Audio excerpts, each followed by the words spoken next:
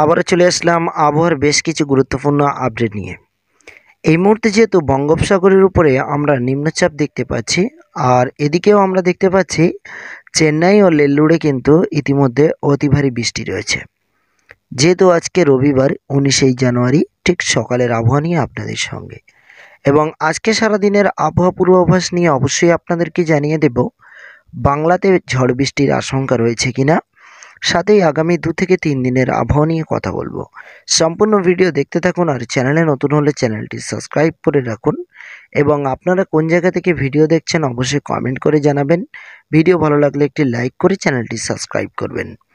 তো এই মুহূর্তে আমরা দেখতে পাচ্ছি বিশেষ করে চেন্নাইতে এই মুহূর্তে প্রায় 7.5 mm বৃষ্টি রয়েছে, আর এরই প্রভাতে কিন্তু নেল্লুরের কাছাকাছিও বৃষ্টির পরিমাণ রয়েছে 1.4 mm। এবং অন্ধ্রপ্রদেশের একাধিক জায়গাতে কিন্তু ইতিমধ্যে বৃষ্টি চলছে, প্রচুর পরিমাণে বৃষ্টি চলছে, যেখানে আমরা দেখতে পাচ্ছি একাধিক জায়গাতে প্রায় 1.3, 1.8 এবং 2 এরকম বৃষ্টি চলছে। এবং চেন্নাইয়ের কাছাকাছি প্রবল বৃষ্টি, যেখানে প্রায় আমরা দেখতে পাচ্ছি কোনো কোনো জায়গায় 8.5 রয়েছে এবং কোনো কোনো জায়গায় তাছাড়া আরও অধিক রয়েছে বৃষ্টির সম্ভাবনা, এবং সাথে বৃষ্টি সহ রয়েছে।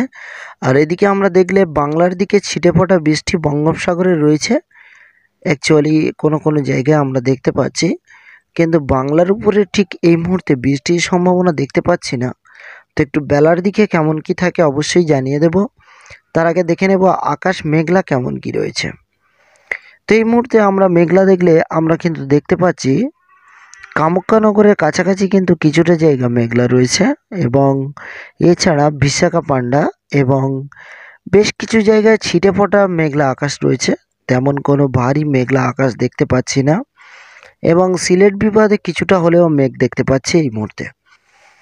এদিকে মেদিনীপুর, মুর্শিদাবাদ, বিহার, ঝাড়খণ্ড ও এদিকে আমরা দেখতে পাচ্ছি যেমন কলকাতা, খুলনা, বরিশাল, কলাপাড়া, মেহেরপুর, রাজশাহী, খড়গপুর, জামশেদপুর এ সমস্ত জায়গাতে বিন্দু পরিমাণ আকাশে মেঘ নেই, একেবারেই আকাশ সম্পূর্ণ ক্লিয়ার। তো কোনো কোনো জায়গাতে কিন্তু কুয়াশার ভাগটা একটু বেশি রয়েছে সকালের দিকে। এই মুহূর্তে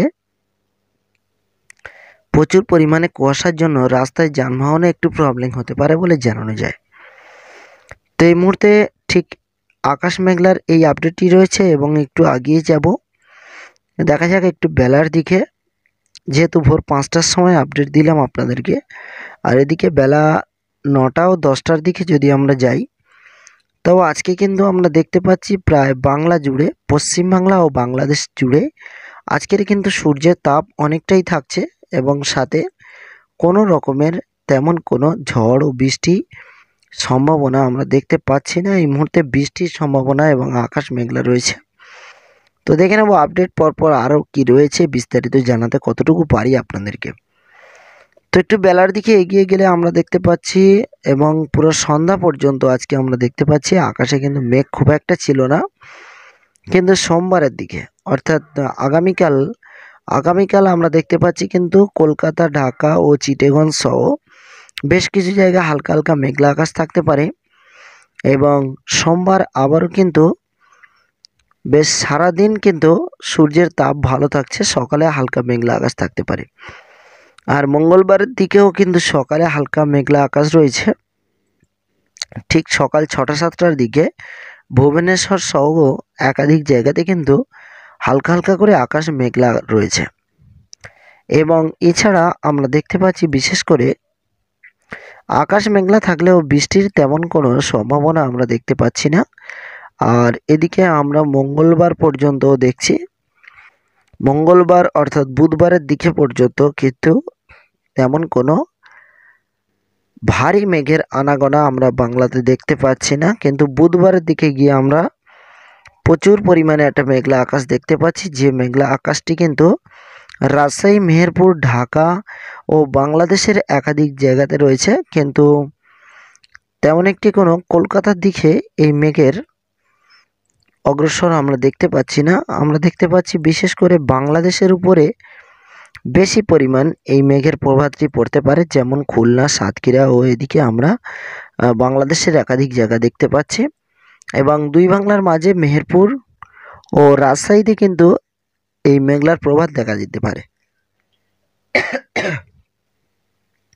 তো সারিতে কতটা কি বৃষ্টি রয়েছে অবশ্যই দেখে নেব, সঙ্গে থাকুন, সম্পূর্ণ ভিডিওটি দেখতে থাকুন। যেহেতু বুধবারের দিকে কিন্তু এই মেঘলা আকাশটি থাকতে পারে, এবং আমরা যদি দেখি তাহলে বুধবার অর্থাৎ শেষগত, যেহেতু রাতের দিকে আর কিন্তু আকাশে মেঘলা দেখতে পাচ্ছি না।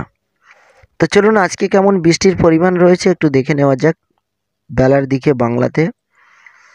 তো একটু বেলার দিকে আমরা দেখতে পাচ্ছি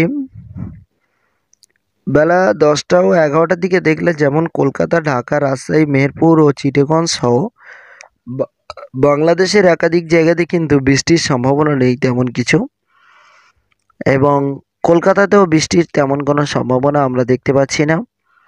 এবং সোমবারের দিকে দেখলেও আমরা দেখতে পাচ্ছি যে আগামীকাল তেমন কোনো বৃষ্টির সম্ভাবনা আমরা দেখতে পাচ্ছি না।